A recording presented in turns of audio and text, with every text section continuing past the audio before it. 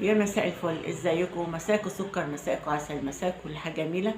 فضلكم فعلوا الجرس، وعايزه اشتراك وتعليقات، وقبل اي كلام صلى على رسول الله. اللهم صل وبارك على سيدنا محمد في الاولين وفي الاخرين وفي الملأ الاعلى الى يوم الدين وفي كل وقت محيط.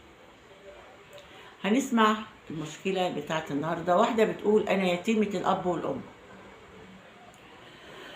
قعدت عند جدتي ام امي، بس شفت ذل كتير، مفيش زي الاب والام. كنت اشوف ولاد خلاني مترفهين، ولاد خالتي بنات لهم اب ولهم ام، وانا اليتيمه في وسطهم. خالي ياخدني يومين عنده، خالي التاني، خالتي يعني اتلطمت من بيت لبيت. علشان اختصر في الكلام، انا يعني بقى عندي 25 سنه، فهما بقى يقولوا لي: اشتغلي علشان تسلي وقتك.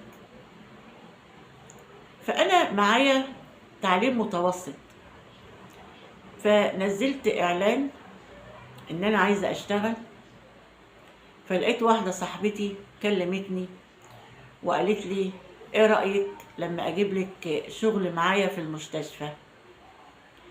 قلت لها تمام. قالت لي: انت تشتغلي، ولو انت ثبت وجودك هيثبتوكي وتبقي موظفه بالمرتب، انا جرالي كده. قلت لها تمام، واشتغلت ممرضه، وكل الناس كانت بتحبني، وكنت يعني بشوف حاجات كتير صعبة. كنت بزعل علشانهم، عشان أنا كمان ما شفتش أي حاجة كويسة في الدنيا. فلقيت إعلان نزل، واحد طالب ممرضة علشان تبقى جليسة مع مراته. فساعة ما شفت الإعلان ده قلت: طب ما أنا أروح وأشوف النظام إيه. لو أنا مثلا رحت والشغلة دي عجبتني، ممكن أستمر و... ويبقى بمرتب أحسن وكده. طلبت اللي هو كان حاطين النمرة على المنشور اللي منزلينه، طلبتهم وقلت لهم: أنا ممرضة، وانتوا طالبين ان جليسة علشان تقعد مع المريضة، أنا يعني موجودة. فلقيت واحد كلمني كده وقال لي تمام، ادالي العنوان ورحت. العنوان يا جماعة، أنا مانيش قادرة أصدق اللي أنا شفته. عارفين القصور؟ أنا دخلت قصر، مش هقول فيلا. و...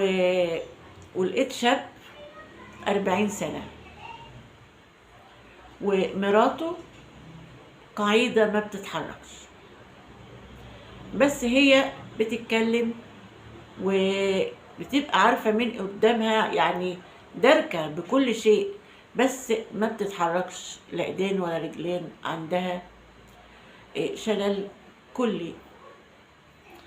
فلقيته قال لي: تعالي وشوفي المدام، كلمي معاها وشوفوا هتعملوا ايه مع بعض. دخلت يا جماعة، لقيت منظر عمري ما هنساه. لقيت واحدة جميلة جدا ونايمة هي والسرير واحد، مفيش غير بق بيتكلم وعينين بتتحرك. قعدت جنبها، يعني لا مؤاخذة في الكلام، يعني محدش يتحمل الريحة ولا التبول بتاعها ولا الأوضة، يعني الواحد يتخنق. فجوزها ما كانش بيعرف يتعامل معاها. فلقيتها بتكلمني بتقول لي: انت مين؟ قلت لها: انا فلانة، انا بشتغل ممرضة، وان شاء الله هترتاحي وخلي بالي منك والكلام ده كله. قالت لي تمام، ويا ريت لو انت اهلك يوافقوا تباتي معانا. قلت لها: والله انا هقول لهم، انا ماليش اب ولا ليا ام ولا ليا حد، ولو قلت لخلاني ولا لخالتي ولا لجدتي مش هيقولوا لا، هما شايليني كده شيلة تقيلة على قلبهم. قلت لها هقول لهم، قلت علشان بس اعزز نفسي. وما تقلقيش هم هيوافقوا.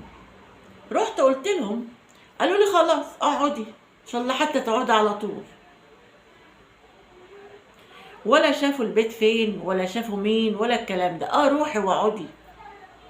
خدت هدومي وقعدت في البيت، حضروا لي اوضه وقعدت في البيت علشان اخلي بالي من المدام.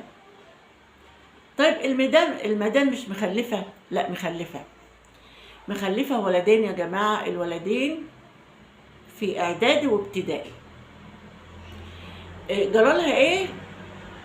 كان جوزها بيتفسحوا وحصل حادثه، والحادثه دي سببت لها كسر في العمود وشلل في كل الجسم، ربنا يعافينا. وهو برضو اتصاب بس حاجات كده خفيفة، قعد كتير يتعالج. والأطفال ما كانوش معاهم في اليوم ده، كانوا عنده جدتهم. وسبحان الله هي اللي الحادثة كانت الخطر من ناحيتها. وقعدت واستمريت معاهم. يعني كنت أقوم أحميها وأغير لها، وكان في خدامين بيجوا للكنيس للمسيح للطبيخ، بس أنا اللي قاعدة معاها لخدمتها هي. أغير لها البامبرز، أشطفها، أغير لها الملابس، أغير لها المفرش بتاع السرير، أدهن لها البرفانات كده. أنا ده شغلي معاها. واقعد في الأوضة معاها علشان لو عايزت حاجة أجيب لها الأكل، أجيب لها الشرب. بس في ناس تانية بتطبخ وبتغسل والكلام. بس هما كانوا بيجوا وبيروحوا. أنا اللي كنت بقى قاعدة ليل ونهار وبياتة معاهم. المهم طبعا جوزها عنده 40 سنة، أنا 25 سنة. أنا شابة جميلة، ما سبقليش لا جواز ولا خطوبة. قعدت معاهم أكتر من 2-3 شهور. فكانت الأولاد بيناموا بدري زي ما قلت لحضراتكم، يعني قصر كبير. فكان دايما له قاعدة كده في الجنينة، مكان كده، علشان هو راجل أعمال بيبقى قاعد مع نفسه بيعمل شغل والكلام ده. كان في جرس كده يرن عليا. الكلام ده في الفترة المسائية، لأن الشغالات بيروحوا على زي العيشة يكونوا مروحين. فكان يطلبني علشان أعمل له مثلا شاي كده، يعني حاجات استثنائية كده. أجيب له عصير من الفيلا جوه والكلام ده. فكانت المدام بتنام بدري، فكان يقول لي اقعدي معايا نتكلم مع بعض. قعدنا نتكلم مع بعض. قال لي قولي لي بقى حكايتك. قلت له مفيش، انا ماما وابويا ميتين، ماليش حد غير خلاني وخالاتي وجدتي، وطلعت الدنيا معرفش ابويا وامي. قال لي ده انت عروسه حلوه يعني. قلت له قال لي ما عمركيش اتخطبتي؟ قلت له لا. طيب ماشي يلا، لو انا قصدك هبقى ارن الجرس وتجيلي تجيبي لي عصير، تجيبي لي حاجات سخنه اشربها. قلت له تمام. كان بقى يطلبنا يا جماعه اعملي لي سندوتشات او يجيب دليفري لاولاده لمراته. كان يقول لي تعالي اتعشي معايا. بقيت اقعد معاه وناكل مع بعض، واعمل له شاي، قهوه، عصير. بقينا نفتح مواضيع مع بعض. حسيت ان هو يعني مش بيعاملني زي واحدة بتشتغل عنده، لا، حسيت ان انا ليا وضع كده عنده. قعد يتكلم معايا ويقول لي قد ايه انت جميلة، قد ايه انت يعني تستاهل احسن من كده. وللأسف وبكل أسف حسيت ان انا حبيته، وانا قاعدة في بيته بدأت احب اتكلم معاه، بدأت احب استناه لما بيجي، بدأت امسك فيهم علشان حسيت ان انا اتعلقت بيه، وهو كمان يا جماعة. فعلى مدار 3 شهور حتى مراته حبتني جدا، وبدأت تتعود عليا وتقول لي تعالي واقعدي معايا ونسير مع بعض والكلام. هي كانت نايمة ما بتتحركش، فلقيته بيقول لي انت ايه رأيك في الحياة اللي انا فيها؟ عندي كل حاجة، عندي جاه وعندي مال وعندي كل ما يخطر على بالك موجود عندي، بس مانيش لاقي سعادتي. قلت له ليه بتقول حضرتك كده؟ قال لي زي ما انت شايفة كده، مش هنكر ان دي مراتي ام ولادي، بس برضو انا راجل وعايز حقوقي. هي ماهيش ممانعة مني اي حاجة، بس ما ينفعش، ونفسي اتجوز واشوف حياتي، بس خايف ان هي تزعل مني، وخايف ان انا احس ان انا ظلمتها. قلت له ازاي الكلام ده؟ لا، ده مراتك عسولة و... وده قدر ومكتوب ولازم تقف جنبها في الظروف دي. انا بقول له كده وانا نفسي اقول له انا بحبك، و يعني اعتبرني ان انا يعني ممكن ابقى زوجة.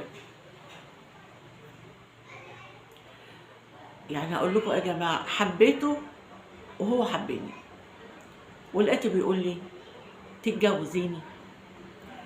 طبعا انا على قد ما انا فرحت، على قد ما انا قلت له اتجوزك ازاي؟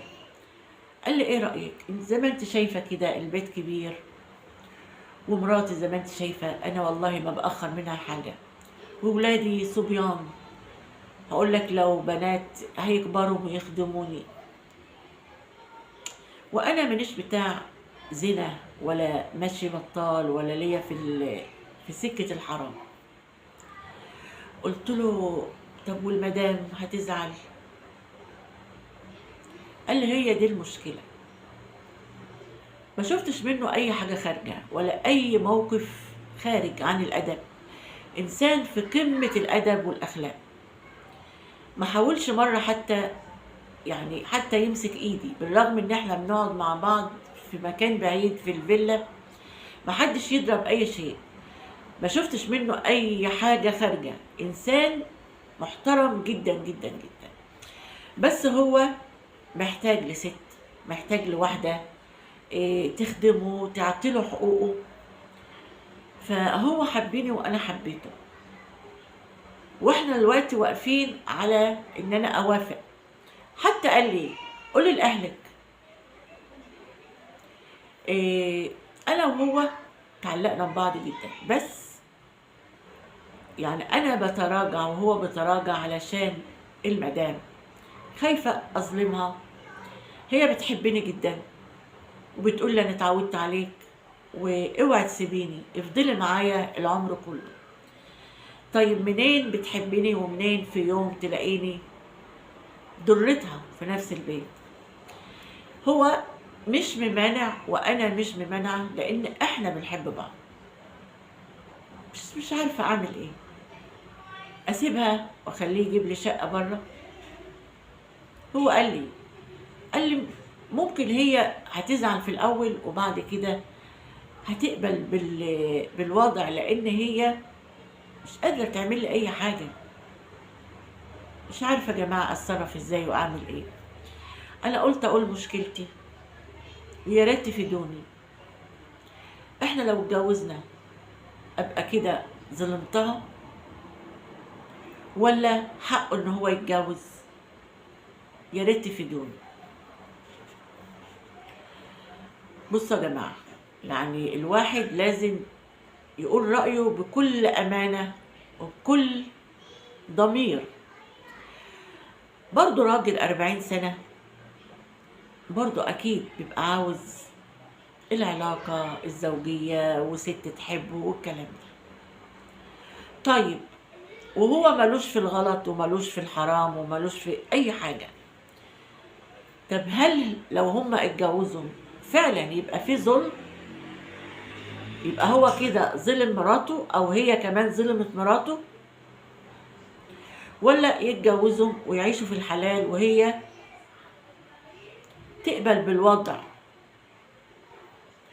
إيه، بصوا انا يعني مش عارفة، هل انا كده ابقى ظالمة؟ انا ممكن اقول عادي تتجوز، حتى لو هيتجوزوا في السر، حتى لو انتوا هتتجوزوا في السر، طالما هو رايدك في الحلال وهو عاوزك في الحلال وهو ملوش في الغلط ولا في اي حاجة، انا شايفة ان ده انسان محترم. وانا شايفة ان كده ممكن يكون ربنا عوض صبر خير، لان انت مالكش يد في اي حاجة.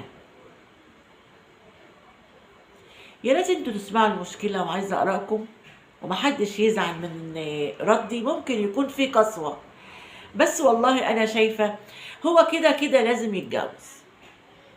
فطالما مراته ارتاحت لها، مع الايام ممكن تتقبل وتنسى وتقبل. لو انا الحكم بتاعي فيه ظلم، اشوف بقى تعليقاتكم واقول لكم اشوفكم على خير في مشاكل اخرى. مع السلامة، تصبحوا على خير.